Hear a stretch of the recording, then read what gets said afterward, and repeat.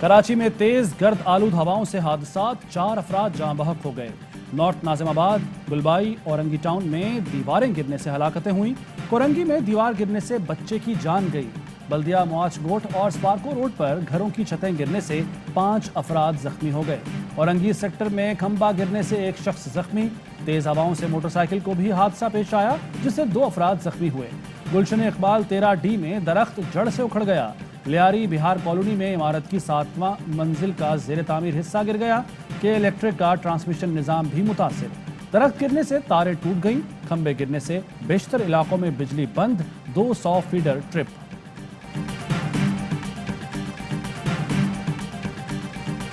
لاہور انارکلی بازار میں دھماکے کے بعد پرائز بانڈ لوٹ لیے گئے۔ پرائز بانڈ سٹال کا مالک عبداللہ بھی زخمی ہو گیا تھا۔ فوٹیج میں دیکھا جا سکتا ہے کہ سٹال لاوارث دیکھ کر لٹیرے پہنچ گئے۔ ایک شخص نے مٹھی میں پرائز بانڈ بھر کر جیب میں ڈالے اور چلتا بنا۔ علاقے کے ایک دکاندار نے بتایا سٹال سے 3 لاکھ کی رقم اور پرائز بانڈ لوٹ لیے گئے۔ تحقیقات میں اہم پیش رفت، قانون نافذ کرنے والے اداروں نے مبینہ سہولت کاروں کو حراست میں لے لیا۔ 2 سہولت کاروں کو آج صبح حراست میں لیا گیا۔ نامعلوم مقام پر منتقل مبینہ دہشت گرد ان کے ساتھیوں سے متعلق پوچھ گچھ۔ وزیر داخلہ شیخ رشید کہتے ہیں دہشت گردی کے واقعات کا جائزہ لے رہے ہیں۔ منی لانڈرنگ کیس میں شہباز شریف اور حمزہ شہباز کی عبوری ضمانت میں 7 روز کی توسیع۔ لاہور کی بینکنگ کورٹ FIA کے چالان جمع نہ کرانے پر برہم۔ وفاقی تحقیقاتی ایجنسی کو نکما قرار دے دیا۔ جج نے ریمارکس دیے، آپ لوگ کچھ کام نہیں کرتے، آپ ٹھیک کام کر رہے ہوتے تو ایسا نہ ہوتا۔ نواز شریف لندن سے بیٹھ کر عدلیہ پر حملے کر رہے ہیں۔ پہلے ثاقب نثار کی جعلی آڈیو اور پھر رانا شمیم کا بیان حلفی۔ ساری سازش کے مرکزی کردار نواز شریف ہیں۔ مشیر احتساب شہزاد اکبر کی پریس کانفرنس، کہا شریف ڈاکٹرائن کا وقت گزر چکا، جمہوری ریاست میں قانون کے مطابق کام کرنا پڑتا ہے، ہم نظام کو بہتر کرنے کے لیے ترامیم لا رہے ہیں۔ پاکستان کی فلم انڈسٹری بحال ہو رہی ہے، فلاپ فلمیں لندن جا کر بیٹھ گئی ہیں۔ وفاقی وزیر اطلاعات فواد چودھری کہتے ہیں رانا شمیم کے بیان حلفی پر نواز شریف کے گھر پر دستخط ہوئے۔ رانا شمیم کے بیان حلفی پر چارلس گتھری نے بھی اس کی تصدیق کی۔ شریف فیملی کو اپنی پوزیشن واضح کرنی چاہیے۔ وزیر مواصلات مراد سعید کا اسپیکر قومی اسمبلی کو خط، کہا قائد حزب اختلاف اور درجنوں اراکین بدعنوانی کے سنگین جرائم میں ملوث ہیں۔ اپوزیشن لیڈر خود ضمانت پر ہوتے ہوئے ایک سزا یافتہ مجرم کے ضمانتی ہیں۔ فرار کی اس سازشوں کے تدارک کے لیے فوری اقدام کریں۔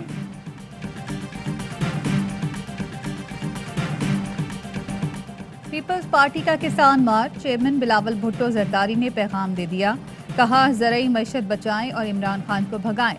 وزیر اعلیٰ سندھ مراد علی شاہ کہتے ہیں 24 جنوری کو پورے پاکستان میں لاکھوں کی تعداد میں ٹریکٹر نظر آئیں گے، ہم اسلام آباد پہنچتے پہنچتے اس نااہل حکومت کو اٹھا کر باہر پھینک دیں گے۔ جب سے یہ آئے ہر سال گندم، چینی، کپاس پیداوار کم ہوتی جا رہی ہے۔ وزیر اعظم اور خوشامدیوں کا ٹولہ کہتے ہیں پاکستان سب سے سستا ملک ہے۔ سندھ سے آصف علی زرداری سے جان چھڑانی ہے تو اعلان جنگ کر دو، ہماری آپس میں نہیں، ایک بہت بڑے ڈاکو سے جنگ ہے۔ سندھ کا وہ بہت بڑا ڈاکو بلاول ہاؤس میں رہتا ہے۔ علی زیدی کی PP کے گڑھ لاڑکانہ میں تیر اندازی، کہا آئندہ الیکشن میں پیپلز پارٹی کا سندھ سے خاتمہ کر دیں گے۔ انقلاب لاڑکانہ سے آنا ہے اور یہیں سے شروع ہوگا، میرے آنے کی اطلاع ملی تو وزیر اعلیٰ سندھ بھی یہاں آ گیا۔ مراد علی شاہ آصف زرداری کا منشی ہے۔ سندھ کو NFC سے 12,000 ارب روپے ملتا ہے، یہ 12,000 ارب کہاں جاتا ہے؟ یہ دبئی میں جاتا ہے۔ ایک ڈاکو کو تو لندن بھگا دیا ہے۔ نواز شریف کہتا ہے لندن فلیٹس میرے نہیں اور وہیں رہ رہا ہے۔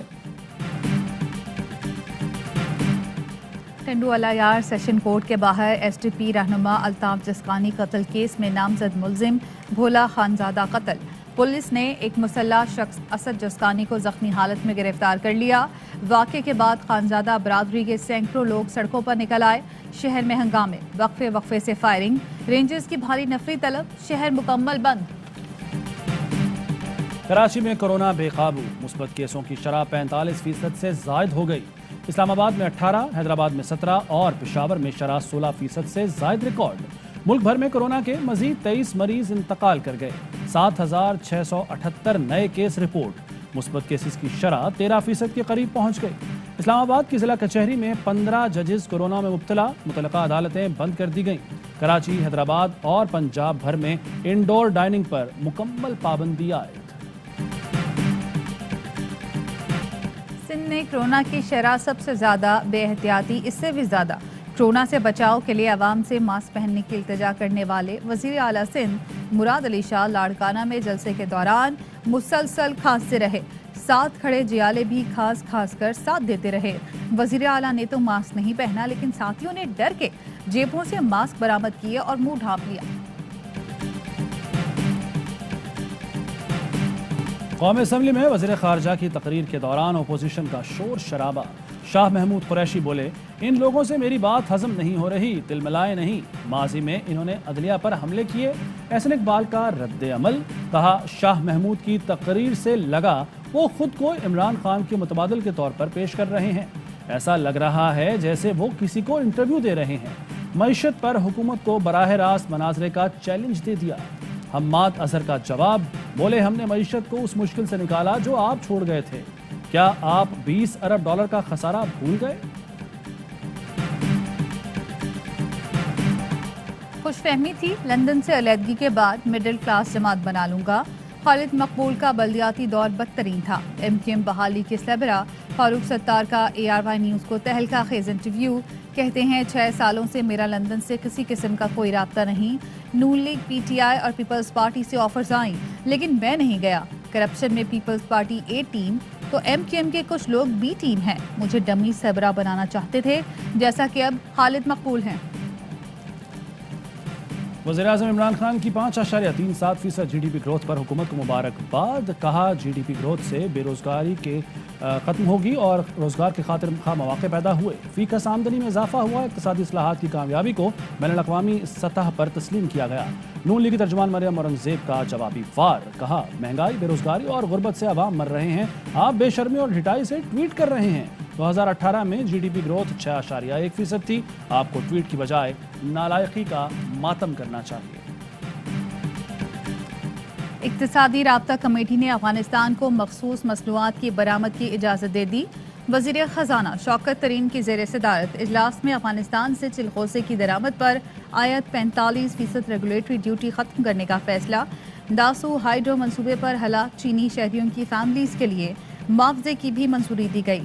نئی مردم اور خانہ شماری کے لیے 5 ارب روپے گرانٹ کی بھی منظوری۔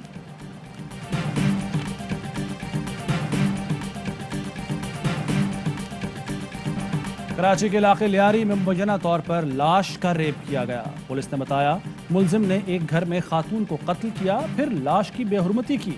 ملزم کے خاتون کے گھر داخلے کی CCTV بھی سامنے آ گئی۔ ملزم الیکٹریشین ہے اور گھر میں بجلی کا کام کرنے آیا تھا۔ گرفتار الیکٹریشین فرحان کا گھناؤنے جرم کا اعتراف، پولیس نے مقدمہ درج کر لیا۔ جسٹس عائشہ ملک سپریم کورٹ کی جج تعینات۔ جسٹس عائشہ سپریم کورٹ کی پہلی خاتون جج ہوں گی۔ وزارت قانون و انصاف نے تعیناتی کا نوٹیفیکیشن جاری کر دیا۔ صدر عارف الوی نے تعیناتی کی منظوری دے دی۔ جسٹس عائشہ ملک لاہور ہائی کورٹ کی جج ہیں۔ گوجرانوالہ میں انسداد دہشت گردی عدالت نے پریانتھا کمارا قتل کیس کے پہلے ملزم کو سزا سنا دی۔ ملزم عدنان کو 1 سال قید اور 10,000 جرمانے کی سزا سنائی گئی۔ ملزم عدنان نے سری لنکن شہری کا قتل درست قرار دے کر سوشل میڈیا پر تشہیر کی تھی۔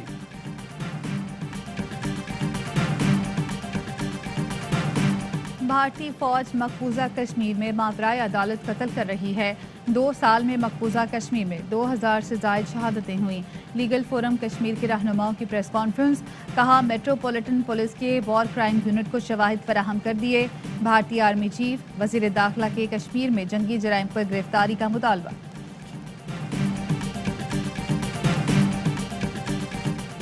سندھ میں بلدیاتی قانون کے خلاف جماعت اسلامی کا دھرنا 22 روز سے صوبائی اسمبلی کے سامنے احتجاج۔ حافظ نعیم الرحمان کہتے ہیں، حکمران مقامی حکومتوں کو اختیارات نہیں دینا چاہتے، یہ صوبے اور وفاق میں بیٹھی حکومتوں کا وتیرہ ہے۔ کراچی نے 35 سال جبر کے دور میں گزارے، اب جماعت اسلامی شہر کی قیادت کرے گی۔ وزیر اطلاعات سندھ سعید غنی کہتے ہیں، سڑکوں پر بیٹھنے سے کچھ نہیں ہوگا، اسمبلی میں تجاویز دیں، 2001 کا قانون بحال نہیں ہو سکتا۔